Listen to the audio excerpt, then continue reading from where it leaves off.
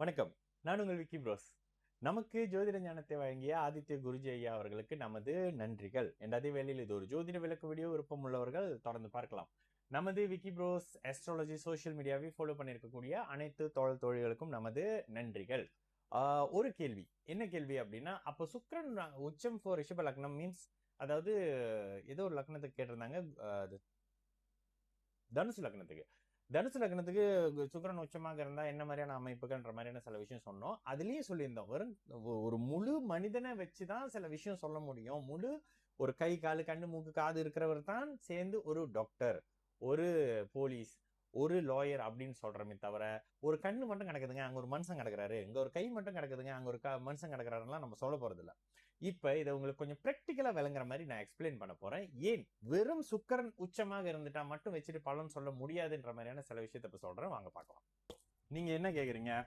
ஒரு ரிஷப லக்னக்காரருக்கு சுக்கிரன் உச்சமானால், ரிஷப லக்னம் சுக்கிரன் உச்சம்னா எங்க இருப்பாரு? சுக்கிரன் உச்சம்னா இங்க இருப்பாரு. இந்த சுக்கிரன் எதற்கு தகுதியானவரு? இந்த சுக்கிரன் ஒரு மனிதனுக்கு தேவையான போதுமான லக்ஸரி மாதிரியான அமைப்புகளை கொடுக்கறதுக்கு மிக தகுதியானவர். லக்ஸரி மாதிரி இந்த சுக்கிரன் இங்க வந்துட்டாருனாலே சூரியன் எங்க இருக்க முடியும்? அவரை சுத்தி அந்த சுற்று வட்டத்துலதான் இருக்க முடியும், இந்த இடத்துலதான் இருக்க முடியும். ஓகேங்களா? அப்ப என்ன செய்யலாம்? சூரியனை உச்சமா வச்சுக்கலாம்.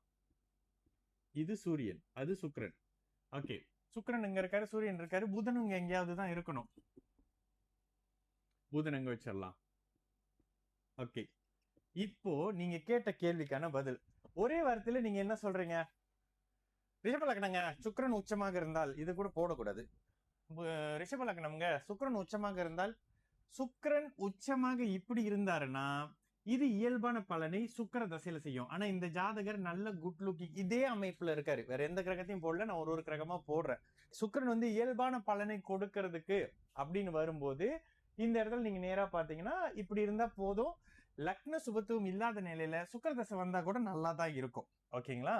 லக்னம் இப்படி வருது, சூரியன் இங்க இருக்காரு, சந்திரன் இங்க வர, சந்திரன் நீச்சமா போடுறாருன்னு நினைக்க வேணாம். சந்திரன் வந்து ஒளி சந்திரனா இருக்கிறாரு. ஓகேங்களா? சந்திரன் வந்து ஒளி சந்திரனாக இருக்கும்போது லக்ன சுபத்துவம், லக்னாதிபதி ஸ்தான பலம் இந்த நிலைமையில வந்துடுறாரு. இதற்கு அடுத்த நிலையாக இந்த ஜாதகத்தை இன்னும் வலிமைப்படுத்தணும். எப்படி இந்த ஜாதகத்தை இன்னும் நீங்க வலிமைப்படுத்துவீங்க? குரு குரு ஜூபிட்டர் உச்சமாக இருக்காரு. ஏன் இந்த ஜூபிட்டர் அங்க போடுறோம்னா, உச்ச குருவின் வீட்டில் உச்ச குருவின் பார்வையில் லக்னாதிபதி. இங்க போடலாம், இங்க போடலாம், இங்க போடலாம்னா சனி நீங்க எங்க கூட போட்டுக்கலாம். இந்த சனி வந்து கண்டிப்பாக கெடுதல் பண்ண மாட்டாரு. ஓகே, ஏன் இதுக்கு டைம் பத்துமான்னு தெரியல, ஆனா நான் இதை எவ்வளவு ட்ரை பண்ண முடியுமோ உங்களுக்கு ட்ரை பண்ணி எக்ஸ்பிளைன் பண்றேன். ஓகே, இப்படி இருக்கக்கூடிய அமைப்புகள்ல இந்த இடத்துல தசாபுக்தி, இந்த இடத்தினுடைய விருச்சகத்தினுடைய ராசியில இருக்கக்கூடிய தசாபுக்தி அமைப்புகள் தான் வரும். சோ அப்ப அதையும் நீங்க பாத்து, அப்ப இங்க என்ன தசை, இங்க என்ன வந்துரும்? விசாகம், அனுஷம், கேட்டை. விசாகம் குரு தசா, அனுஷம் சனி தசா, கேட்டை புதன் தசை. ஓகே, இந்த தசை ஆர்டர்ல தான், புதன் தசை இந்த ஆர்டர்ல தான் வந்து உங்களுக்கு தசை வரும். பிறக்கும் போது இவர் வந்து குரு தசையில பிறந்தாருனால கூட நல்லா தான் இருப்பாரு, சனி தசையில பிறந்தாலும் நல்லா தான் இருப்பாரு. புதனை தான் இன்னும் நான் போடல. புதன் ஒருவேளை இங்க இருந்தாருன்னா இந்த சுக்கிரனுடைய இது வலிமை குறையும். புதன் இங்க வச்சுக்கலாமா? புதன் ஏன் வந்து இதை நான் அப்படி உங்களுக்கு தனித்தனியா கொடுக்குறேன்னா, நான் பல முறை சில விஷயம் வந்து சொல்லும் போது உங்களுக்கு அது புரிய மாட்டுது. வெறும் கண்ணு மட்டும் வச்சுக்கிட்டு ஒரே ஒரு தலை மட்டும் தனியா உழுந்து கிடக்குது. நீங்க கேட்டது ரிஷப லக்னத்துக்கு சுக்கிரன் உச்சமாக இருந்தால் தலை மட்டும் எங்கேயும் உழுந்து கிடக்குது, அந்த தலைக்கு பலன் கேக்குறீங்க. ஓகே, இப்படி இருந்தா இந்த ஜாதகர் நல்லா இருப்பாருங்க. குரு தசையும் நல்லா இருக்கும், சனி தசையும் நல்லா இருக்கும், புதன் தசையும் நல்லா இருக்கும். கேது தசை, கேது எங்க போடலாம்? கேது கேது கேதுவை இப்படி போடலாமா? ஆமா, கேது எப்படி போடலாமா? இப்படி போடலாமா? சரி, கேது எப்படி போடலாம்? உச்சனுடைய வீட்டுல கேது, ராகு. ஓகே, இப்படி இருக்கும்போது கேது தசையும் நல்லது பண்ணும், சுக்கிர தசையும் நல்லது பண்ணும். சூரியன் 12ஆம் இடத்துல இருக்காரு, சூரிய சந்திரன் தான் பிரச்சனை பண்ணுவாங்க. ஓகே, இப்படி உங்க ஜாதகம் இருந்தா நீங்க நல்லா இருப்பீங்க. ஓகேங்களா? இல்லங்க அப்படின்னும் போது, ஏன்னா லக்னாதிபதி உச்சம், லக்னாதிபதி உச்சனுடைய வீட்டில் உச்சமாகி குருவினுடைய பார்வை லக்னம், நீச்ச சந்திரனாக இருந்தாலும் ஒளியில இருந்து விலகின சந்திரனுடைய பார்வைன்றதுனால இவர் நல்லாவே இருப்பாரு. இதே அமைப்பை இப்ப நான் மாத்துறேன், நீங்க பாருங்க. ஏன் நீங்க கேட்ட கேள்விக்கு என்னால் பதில் சொல்ல முடியல? அப்படின்னா இப்போ இதே ஜாதகர் கஷ்டப்படக்கூடிய அமைப்புகளை எப்படி பண்ணலாம்? இங்கே ராகு வந்துடுறாரு, ஓகேங்களா?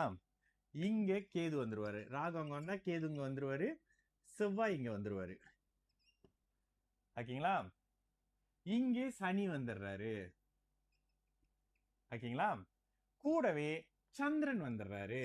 என்ன இன்க்ரீஸ் பண்றேன்னா ஒளி இழந்த நிலைக்கு இந்த லக்னாதிபதி போறாரு, ஓகேங்களா? இதுக்கு அடுத்த நிலையாக இந்த ஜாதகத்துக்கு குரு இங்க வந்துடுறாரு. குரு அப்ப கிட்டத்தட்ட குரு வந்துடுறாரு. 1 2 3 4 5 6 7 8 இன்னும் ஒரு பிளானட் மிஸ். சூரியன், சந்திரன், செவ்வாய், ராகு, குரு, புதன். ஓகே, இந்த இடத்திலேயே புதனையும் போடுவோம். ஏன் புதன் இங்க போடுறீங்க? புதன் இங்க நீச்ச பங்கம் தானே, இந்த லக்னாதிபதியை பலவீனப்படுத்துவார், அதனால இங்க போடுறேன். ஓகே, இந்த இடத்துல ஏன் இந்த மாதிரி விஷயத்த போட்டீங்கன்னா எல்லாருமே ஒரு 2 3 4 5 6 டிகிரிக்குள்ள பார்க்கும்போது இந்த ஜாதகருக்கு சுக்கிர தசை வந்தால், நீங்க கேட்ட ரிஷப லக்னத்துக்கு சுக்கிரன் உச்சம், ஆனா உங்க பிறந்த ஜாதகம் இப்படி இருக்குன்னு வைங்க, இந்த சரி இங்க நீங்க பிறந்தீங்கன்னாக்கா இந்த இடத்துல என்ன வந்துருது? அதே மாதிரியான பூரட்டாதி, பூரட்டாதி, உத்திரட்டாதி, ரேவதி, ஓகேங்களா? ரேவதி, ரேவதி. அப்ப இந்த இடத்துலயும் குரு குரு வருவாரு, சனி வருவாரு, புதன் வருவாரு, ஓகேயா?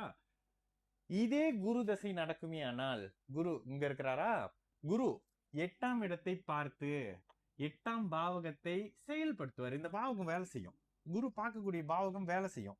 குரு வந்து இங்க பாக்குறாரு, 6 பாக்குறாரு, 8 பாக்குறாரு, இங்க 10 பார்ப்பாரு, ஓகேங்களா? 10 பாக்குறாரு. கடன் நோய் வம்பு வழக்கு, கடன் நோய் வம்பு வழக்கு, வேலை தொழில் வருமானம் 2 10ஆம் இடத்துல டீச்சரா இருப்பாரு. ஆனா குடும்ப வாழ்க்கைலாம் பிரச்சனையான அமைப்புகளை பிற்பகுதியில இங்க கொடுக்கும். ஏன்னா இங்கதான் அவர் பிறக்கிறாரு, குரு தசையில தான் பிறக்கிறார். பிறந்தோன்னு டீச்சர் ஆயிடுவாரா? ஆக மாட்டாரு. குரு தசை முடிஞ்சு சனி தசை வரும். சனிக்கு சில நல்ல தன்மைகள் இருக்கும். ஏன் சனிக்கு சில நல்ல தன்மை இருக்குன்னா, சனி இருந்தாலும் லாபத்துல இருக்கிறாரு, குருவின் வீட்டுல இருக்கிறாரு, சுக்கிரனோட இணைஞ்சிருக்கிறாருன்றதுனால சுக்கிரனுடைய சுபத்தன்மை சனிக்கு போகும். ஆனால் இந்த சுக்கிரன் கெட்டு போவாரு, பிளஸ் லக்னமும் கெட்டு போகும். சனியினுடைய 3ஆம் பார்வை, 3ஆம் பார்வை, ஓகேங்களா?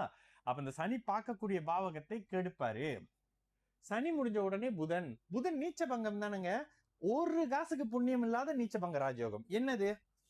அமாவாசையை நெருங்கின சூரியன் இங்க இருக்காரு, அமாவாசையை நெருங்கின புதனாகி சுக்கிரனோட உயிரை கொஞ்சம் வாங்கி, ஒளி இல்லாத இந்த சந்திரனுடைய இணைவு, ராகுவோட இணைவு, சனியோட இணைவு, செவ்வாயோட இணைவு, இவர் என்ன பண்ணுவாரு?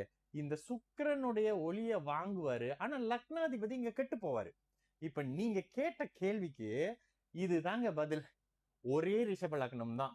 இந்த குரு இங்க இருந்தா ஒரு பலன், குரு இங்க இருந்தா ஒரு பலன், குரு இங்க இருந்தா ஒரு பலன், குரு இங்க இருந்தா ஒரு பலன்றனாலதான் தலை, காது, கண்ணு, காது நடமாடக்கூடிய ஒரு மனுஷனா இது முழு ஜாதகம். இந்த முழு ஜாதகத்துல மட்டும்தான் உங்களுக்கு என்ன நடக்குதுன்றத பலனா எடுக்க முடியும். சரிங்களா? இப்போ நான் சொல்ற அந்த மொத்த விஷயமே இதுதான். இப்ப இந்த வீடியோ பாத்தீங்கல்ல, இந்த வீடியோ பார்க்கும்போதுதான் ஏன் லக்னாதிபதி முக்கியம். உங்க தலையில நான் அப்படியே ஒரு 20 கிலோ தங்கத்தை தூக்கி வைக்கிறேங்க. நீங்க 3 மாசம் குழந்தையா இருக்கிறீங்க. 3 மாசம் குழந்தையால அந்த தங்கத்துக்கு 10 20 கிலோ தங்கத்தை சுமக்க முடியுமா? 20 வயசு பையனால சுமக்க முடியுமா? 100 வயசுல மூச்சுக்கு திணறிக்கிட்டு இருக்கக்கூடிய படுக்கையில படுத்திருக்கிற தாத்தாவால அதனை சமாளிக்க முடியுமா? இத புரிஞ்சீங்கன்னா உங்களுக்கு ஜோசியம் இந்த மாதிரி கேள்வி கேட்க மாட்டீங்க. அப்ப சுக்கிரன் ரிஷபமாக இருந்தால் இதுதான் பதில். இப்ப நான் சொன்ன பதில் உங்களுக்கு புரிஞ்சிருக்காது. இது ஒரு ஜோதிடர், நல்ல ஜோதிட அறிவு உள்ள ஜோதிடரா இருந்தா இப்ப நான் என்ன சொல்லியிருக்கேன்னு புரியும். இதனாலதான் ஜோதிடத்துல கேள்வி கேட்கறதுக்கு கூட உங்களுக்கு சில விஷயம் புரியணும் அப்படின்னு சொல்லுவேன்ல, இதுதான் அதற்கான மெயினான காரணம். சரிங்களா? ஒரு கிரகத்தை வச்சு ஒருத்தர் சொல்றாருங்க, அவர் கடவுளாக இருக்கலாம். நான் கடவுள் இல்லைல்ல, நான் சாதாரண மனுஷன், எனக்கு பசிக்கும், எனக்கான உடல் தேவைகள், மன தேவைகள், பண தேவைகள்லாம் இருக்கும். அதனால எனக்கு புரிஞ்ச மாதிரியான விஷயங்களை உங்களுக்கு அப்படியே எக்ஸ்பிளைன் பண்றேன். சரிங்களா? நான் உங்களுக்கு இப்போ நல்லது நடக்கும், எல்லோரும் நல்லா இருப்போம். வணக்கம்.